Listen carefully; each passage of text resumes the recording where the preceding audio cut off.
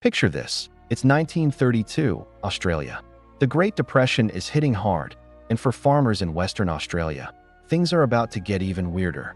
Their biggest problem isn't the economy, it's birds. Not just any birds, but massive, flightless, and surprisingly resilient emus. After World War I, the Australian government gave land to thousands of ex-soldiers to become wheat farmers. But these new farms happened to be right on the emu's migration path.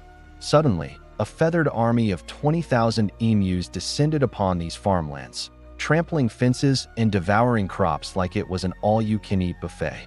The farmers were desperate. They had fought for their country, and now they were losing a battle against a bunch of oversized chickens. So, they went to the government for help. And the Minister of Defense, Sir George Pearce, had a brilliant, or perhaps not so brilliant, idea. He thought, we have soldiers, we have machine guns, let's send them to war. And so, the Great Emu War was officially declared. Major G. P. W. Meredith of the Royal Australian Artillery was put in charge. He was given 2 soldiers, Sergeant S. McMurray and Gunner J. O'Halloran, and 2 Lewis machine guns with 10,000 rounds of ammunition. On paper, it sounded like a guaranteed victory. What chance did a flock of birds have against military-grade weaponry? The first engagement took place on November 2nd. The soldiers spotted a group of about 50 emus. They set up their machine gun and waited for the perfect moment. But as soon as they opened fire, the emus did something unexpected. Instead of panicking and running in a single group, they scattered in all directions, making them incredibly difficult targets. The soldiers fired round after round, but only managed to take down a handful of birds. Major Meredith was stunned. He noted in his report that each group of emus seemed to have a leader, a big black-plumed bird that would keep watch and give a warning call, allowing the flock to disperse before they could be hit.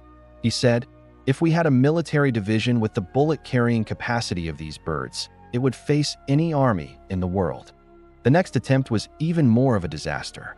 The military tried an ambush near a local dam where over 1,000 emus were gathered. This time, they were sure they had them. But just as they started shooting, the machine gun jammed.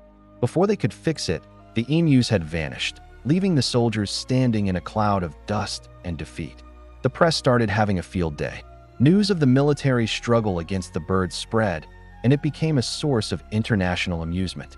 One British politician jokingly asked in Parliament if Australia would be awarding medals for this war. The public back home started to question the whole operation. Was this really the best use of military resources? Undeterred, Major Meredith decided to change tactics. He mounted one of the Lewis guns onto a truck, thinking they could chase the emus down. This led to one of the most comical scenes of the entire affair. The truck bounced wildly over the rough terrain, making it impossible to aim. The gunner couldn't get a clear shot. The truck couldn't keep up with the surprisingly fast birds. And at one point, an emu got tangled in the truck's steering gear, causing the vehicle to swerve and crash through a fence. The chase was a complete failure. After nearly a week of this feathered fiasco, Major Meredith and his men had used up about 2,500 rounds of ammunition to kill, at best, a couple of hundred emus. Some reports claim the number was as low as 50. The official reports were a bit vague, but one thing was clear: the emus were winning. The cost of ammunition far outweighed the damage the birds were causing. On November 8th, just 6 days after it began, the operation was called off. The soldiers were withdrawn, and the media declared a decisive victory for the emus. Major Meredith's reputation was a bit ruffled, to say the least. He praised the emus' incredible durability, comparing them to Zulu warriors and even modern tanks. He said they could face machine guns with the invulnerability of tanks. But the emu problem didn't go away. The farmers were still desperate, so a few weeks later, the military was sent back in for round 2. This time, they had a bit more success. They were more experienced, and over a month, they managed to take down nearly 1,000 emus using almost 10,000 rounds of ammunition. But even then, considering there were still tens of thousands of emus roaming around, it was barely a dent in their population. Finally, the government gave up on the military approach. It was just too expensive and, frankly, too embarrassing. Instead, they adopted a more practical solution. They offered a bounty for emu skins and encouraged the farmers to build stronger, taller, emu-proof fences. This proved to be far more effective than machine guns. So, What can we learn from the Great Emu War? It's a hilarious and humbling story about underestimating your opponent. It shows that sometimes the most high-tech solution isn't the best one.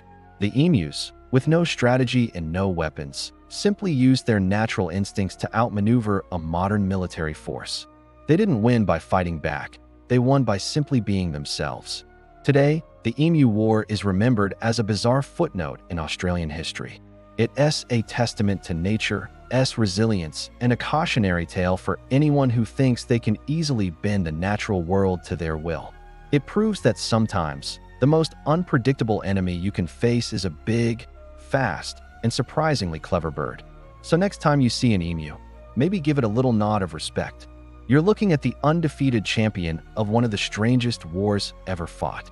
Thanks for watching, and if you enjoyed this weird piece of history, be sure to like this video and subscribe for more. See you next time.